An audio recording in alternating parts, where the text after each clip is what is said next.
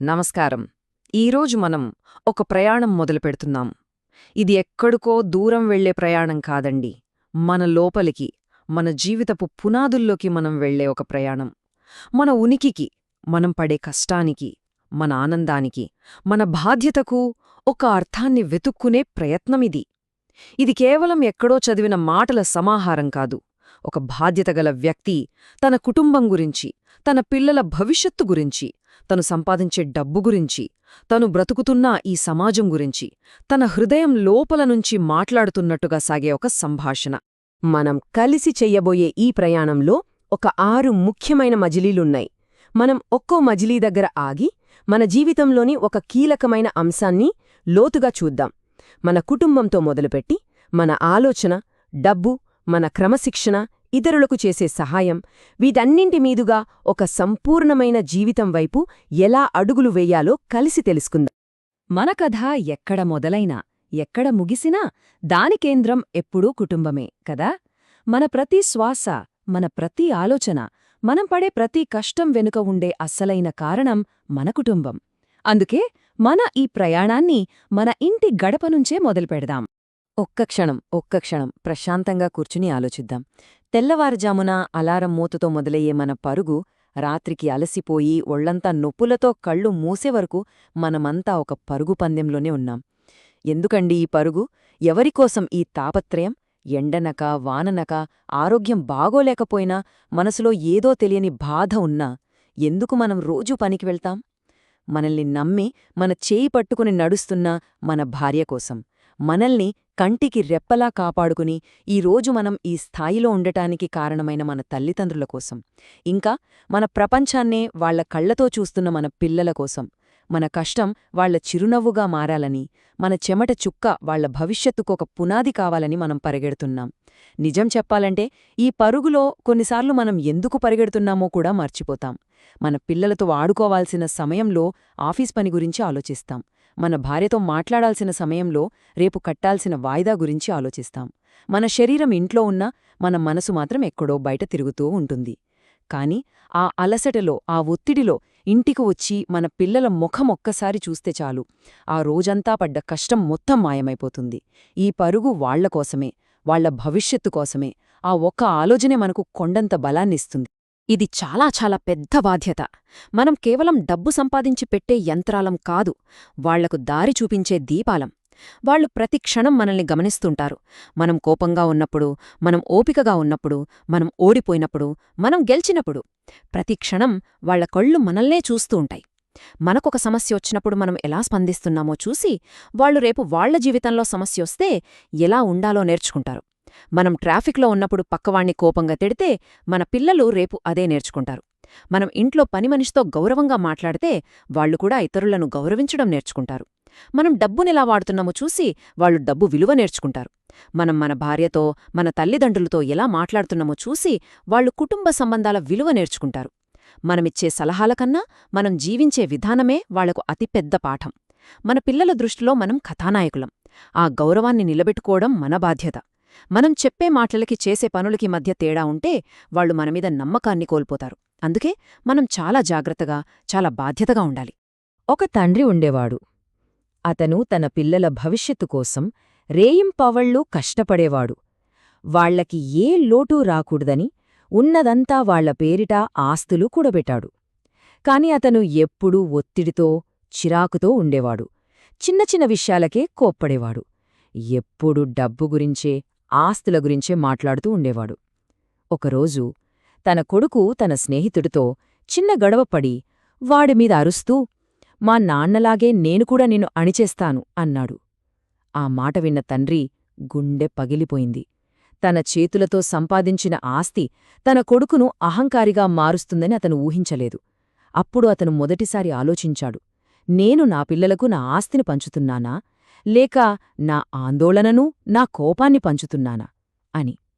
ఆ రోజునుంచి తనను తాను మార్చుకోవడం మొదలుపెట్టాడు. పిల్లలకు డబ్బు కన్నా ధైర్యాన్నివ్వడం ముఖ్యమని, ఆస్తులకన్నా మంచి వ్యక్తిత్వాన్నివ్వడం గొప్పదని తెలుసుకున్నాడు. మనం కూడా ఒకసారి ఆలోచించుకోవాలి, మనం మన పిల్లలకు ఏమి మిగిల్చి వెళ్తున్నాం? కేవలం భవనాలా, లేక బలమైన విలువలా? ఈ ప్రశ్న మనల్ని మనం వేసుకోవాలి. సరే, మన పనులకు పునాది మన కుటుంబ ప్రేమ అని అర్థం చేసుకున్నాం. కాని ఆ పనులు సరైన దిశలో సాగాలంటే కేవలం కష్టపడితే సరిపోదు కదా. మన ఆలోచనల నాణ్యత కూడా అంతే ముఖ్యం. ఇప్పుడు ఆ సరైన దిశను నిర్దేశించే జ్ఞానం గురించి మాట్లాడుకుందాం. మన జీవిత ప్రయాణంలో కొంతమంది మనకు తారసపడతారు. వాళ్ల ఉద్దేశం మనల్ని పైకి తీసుకురావడం కాదు, మనల్ని దారి తప్పించడం. వాళ్లు మనల్ని చూసి అసూయపడొచ్చు, లేదా వాళ్ల అహం దెబ్బతినొచ్చు. కారణం ఏదైనా కావచ్చు. వాళ్లు మనల్ని రెచ్చగొట్టడానికి ప్రయత్నిస్తారు. మనల్ని తక్కువ చేసి మాట్లాడతారు. నువ్వేం సాధించావని అంత గర్వంగా ఉన్నావు అనొచ్చు. నీవల్ల ఏమీ కాదు అని మన ఆత్మవిశ్వాసాన్ని దెబ్బతీయాలని చూడొచ్చు. వీళ్ళచ్చం పాములలాంటివాళ్లు. పాము ఉద్దేశం కాటువేయడం, వాళ్ల ఉద్దేశం మనల్ని మానసికంగా గాయపర్చడం. ఈ విషయాన్ని మనం చాలా స్పష్టంగా అర్థం చేసుకోవాలి. మన ప్రశాంతతను చెడగొట్టడమే వాళ్ల లక్ష్యం. మనల్ని మన దారి నుంచి పక్కకు తప్పించడమే వాళ్ల ఆనందం. ఇక్కడే అసలైన తేడా కనిపిస్తుంది. ఒక తెలివి తక్కువవాడు ఏం చేస్తాడు? పాము కాటేసినప్పుడు దాన్ని పట్టుకుని దాంతో వాదనకు దిగుతాడు. నన్నెందుకు కరిచావు, నీకు నేనే దొరికానా అని అరుస్తాడు. ఈలోగా ఆ విషం శరీరం మొత్తం పాకిపోతుంది. అలాగే ఎవరైనా మనల్ని అవమానించినప్పుడు మనం వాళ్లతో వాదనకు దిగితే వాళ్ల ఉద్దేశ్యం నెరవేరినట్టే. వాళ్లు మనసులోకెక్కించిన కోపం, చికాకు అనే విషం మన మనసును పాడుచేస్తుంది. మన సమయాన్ని, మన శక్తిని వృధా చేస్తుంది. అదే ఒక జ్ఞాని ఏం చేస్తాడు? పాము కరిస్తే దాంతో గొడవపడడు. వెంటనే ఒక గుడ్డ కట్టుకుని వైద్యం కోసం పరిగెడతాడు. అలాగే ఎవరైనా రెచ్చగొడితే వాళ్ల మాటలను అస్సలు పట్టించుకోకుండా తన మనసు ప్రశాంతంగా ఉండేలా చూసుకుంటాడు. తన పని తాను చేసుకుంటూ ముందుకు వెళ్ళిపోతాడు. వాదించి గెలవడం కాదు, మనం మనశ్శాంతిని కాపాడుకోవడమే అసలైన గెలుపు. మన శక్తిని వాళ్లమీద వృధా చేయడం కన్నా మన లక్ష్యం మీద పెట్టడం తెలివైన పని. ఎవరైనా మనల్ని నువ్వు పనికిరానివాడివి అన్నారనుకోండి, నిజంగా మనమీద మనకు నమ్మకం లేకపోతే ఆ మాటను మనం నమ్మేస్తాం. మనల్ని మనం తక్కువగా చూసుకోవటం మొదలుపెడతాం. కాని మన సత్తా ఏంటో, మన నిజాయితీ ఏంటో, మన కష్టమేంటో మనకు తెలిసినప్పుడు 100 మంది మనల్ని వేలెత్తి చూపినా మన మీద మనకున్న నమ్మకం చెక్కు చెదరదు. ఉదాహరణకి ఆఫీస్లో మన అధికారి మనల్ని అనవసరంగా తిట్టారనుకోండి. మన పనిమీద మనకు నమ్మకం ఉంటే మనం సరే, నా పనిలో లోపముంటే సరిదిద్దుకుంటాను, కాని నా విలువ మాత్రం తగ్గదు అనుకుంటాం. అదే మనమీద మనకే నమ్మకం లేకపోతే ఆ రోజంతా కుమిలిపోతాం.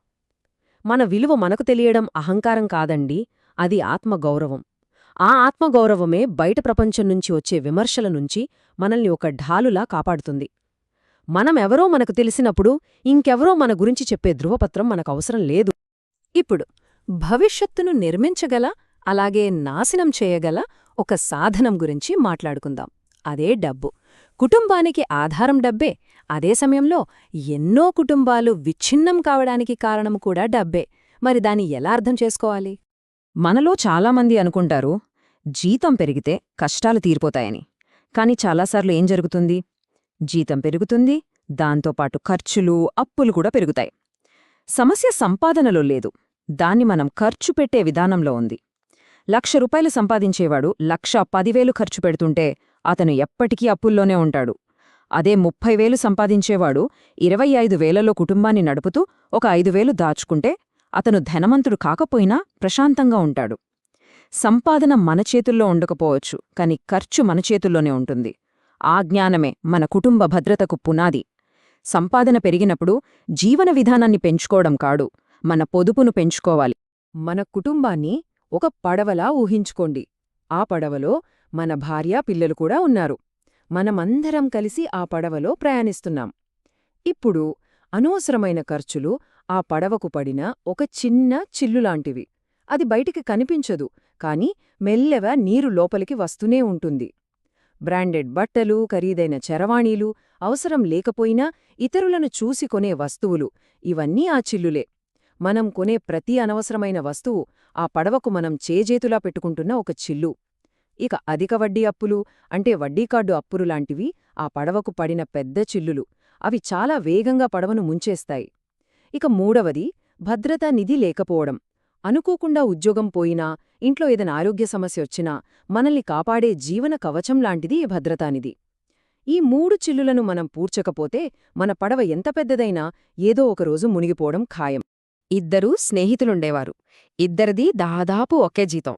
ఒకతను ఎప్పుడు ఇతరులతో పోల్చుకుంటూ వాళ్ళకన్నా గొప్పగా కనిపించాలని ఖరీదైన కారు, పెద్ద ఇల్లు అప్పుమీద తీసుకున్నాడు. పండగొచ్చినా, పిల్లల పుట్టినరోజొచ్చినా అతను సంతోషించలేకపోయేవాడు. ఎందుకంటే అతని మనసంతా కట్టాల్సిన వాయిదాల మీదే ఉండేది.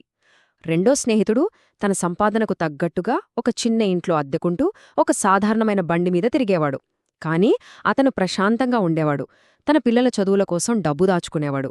ఇక్కడ మొదటి వ్యక్తి డబ్బుకు బానిసగా మారాడు. రెండో వ్యక్తి డబ్బును తన స్వేచ్ఛ కోసం ఒక సాధనంగా వాడుకున్నాడు. నిజమైన సంపద మన బ్యాంకు ఖాతాలో ఎంత ఉందన్నది కాదు, రాత్రి ఎంత ప్రశాంతంగా నిద్రపోతున్నామన్నది. ఆ ప్రశాంతతే అసలైన స్వేచ్ఛ. సరే, మనకు జ్ఞానం ఉంది, డబ్బును ఎలా వాడాలో కూడా ఒక ప్రణాళిక ఉంది. కాని వీటిని ప్రతిరోజూ ఆచరణలో పెట్టడానికి కావలసిన అంతర్గత బలం లేకపోతే ఇవన్నీ వృధానే కదా. ఇప్పుడు ఆ బలం గురించి, క్రమశిక్షణ గురించి మాట్లాడుకుందాం. ఇవి కేవలం చెయ్యాల్సిన పనుల జాబితా కాదు, ఇవి ఒక వ్యక్తిత్వాన్ని నిర్మించే 4 బలమైన స్తంభాలు. మొదటిది, ఉదయాన్నే నిన్ను నువ్వు జయించు. అంటే మన సోమరితనం మీద మనం విజయం సాధించడం. రెండవది, నువ్విచ్చిన మాటకు విలువ ఇవ్వు. అది మన అధికారికిచ్చిన మాట కావచ్చు, మన పిల్లలకు ఐస్ క్రీం కొనిస్తాననిచ్చిన చిన్న వాగ్దానం కావచ్చు. మాట నిలబెట్టుకోవడం మన విశ్వసనీయతను పెంచుతుంది. మూడవది, చిన్న పనిని కూడా శ్రద్ధగా చేయడం. ఇది మన పని పట్ల మనకున్న గౌరవాన్ని చూపిస్తుంది. ఇక నాలుగవది, అత్యంత ముఖ్యమైనది, తాత్కాలిక సుఖాల కోసం భవిష్యత్తును పాడు చేసుకోకుండా ఈరోజు కాస్త కష్టపడినా రేపటి ప్రశాంతత కోసం పనిచేయడం.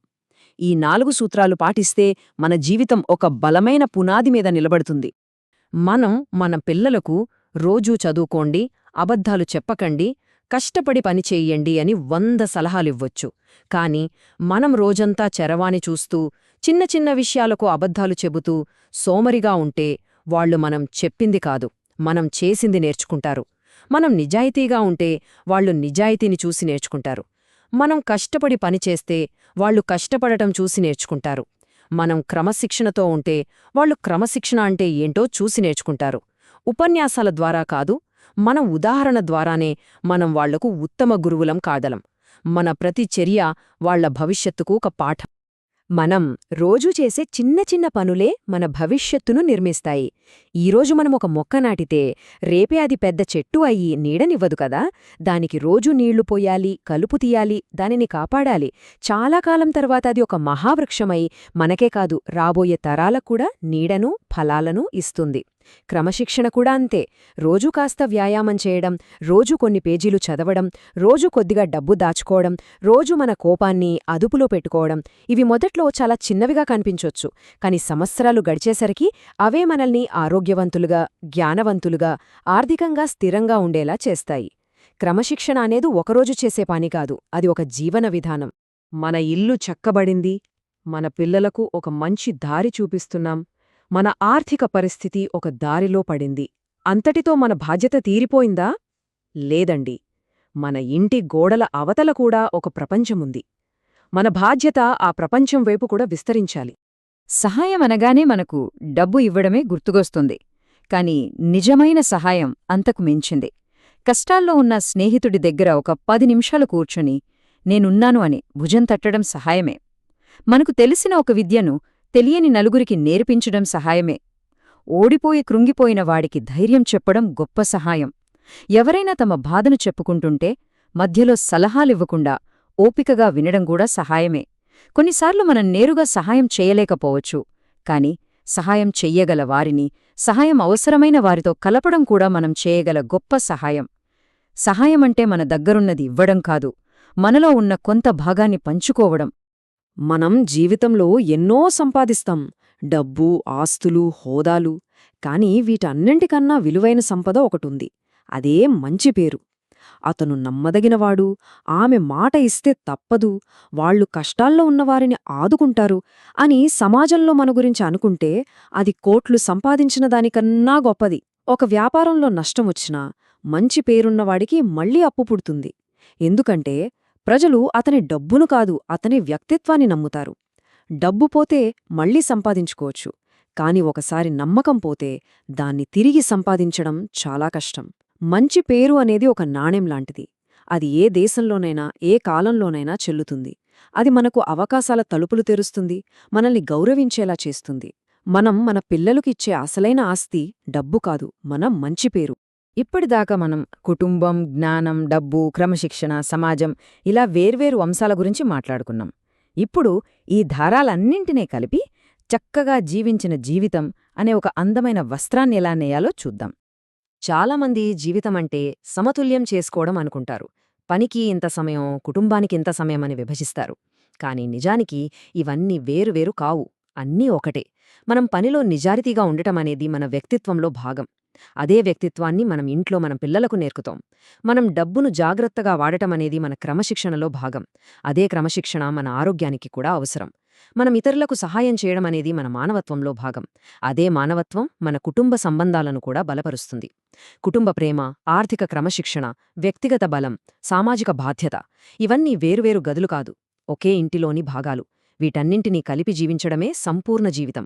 మనమిప్పటిదాకా నిర్మించుకున్న ఈ బలమైన పునాదుల ఉద్దేశ్యం భయపడుతూ ఏమీ చేయకుండా కూర్చోవడం కాదు. ఆ పునాదుల మీద నిలబడి ధైర్యంగా జీవితాన్ని ఆస్వాదించడం, ప్రతి అనుభవాన్ని స్వీకరించడం, ఓడిపోతామనే భయం లేకుండా ప్రయత్నించడం, మన శక్తిని, మన సమయాన్ని, మన జ్ఞానాన్ని పూర్తిగా వాడుతూ ఒక అర్థవంతమైన ప్రయాణం చేయడం. చివరి రోజున వెనక్కి తిరిగి చూసుకుంటే నేను భయపడుతూ బ్రతికాను అని కాకుండా నేను నా పూర్తి సామర్థ్యంతో జీవించాను అనిపించాలి. ఆ సంతృప్తే మన జీవితానికి అసలైన గెలుపు. జీవితాన్ని ఒక భద్రమైన పెట్టెలో దాచుకోవడం కాదు, దాన్ని పూర్తిగా అనుభవించి ఒక మంచి కథగా మలచాలి. చివరిగా ఈ ఒక్క ప్రశ్నతో మిమ్మల్ని వదిలి వెళుతున్నాను. ఒక్క క్షణం ప్రశాంతంగా ఆలోచించండి. రేపు మనం ఈ ప్రపంచంలో లేనప్పుడు మన పిల్లలు మన గురించి ఏం గుర్తుంచుకోవాలి? మనం వాళ్లకోసం కూడబెట్టిన డబ్బు గురించా? మనం కట్టించిన ఇళ్ల గురించా? లేక మనం వాళ్లకి నేర్పిన విలువల గురించా? మనం చూపించిన ధైర్యం గురించా? మనం జీవించిన నిజాయితీ గురించా? మనం పంచిన ప్రేమ గురించా? డబ్బు కరిగిపోతోంది, భవనాలు శిథిలమైపోతాయి, కాని మనమిచ్చే సంస్కారం, మనమిచ్చే వ్యక్తిత్వం తరతరాలపాటు వాళ్లతోనే ఉంటుంది. అదే మనమివ్వగల నిజమైన, శాశ్వతమైన వారసత్వం. మన వారసత్వం ఏమిటో నిర్ణయించుకోవాల్సిన సమయమిది.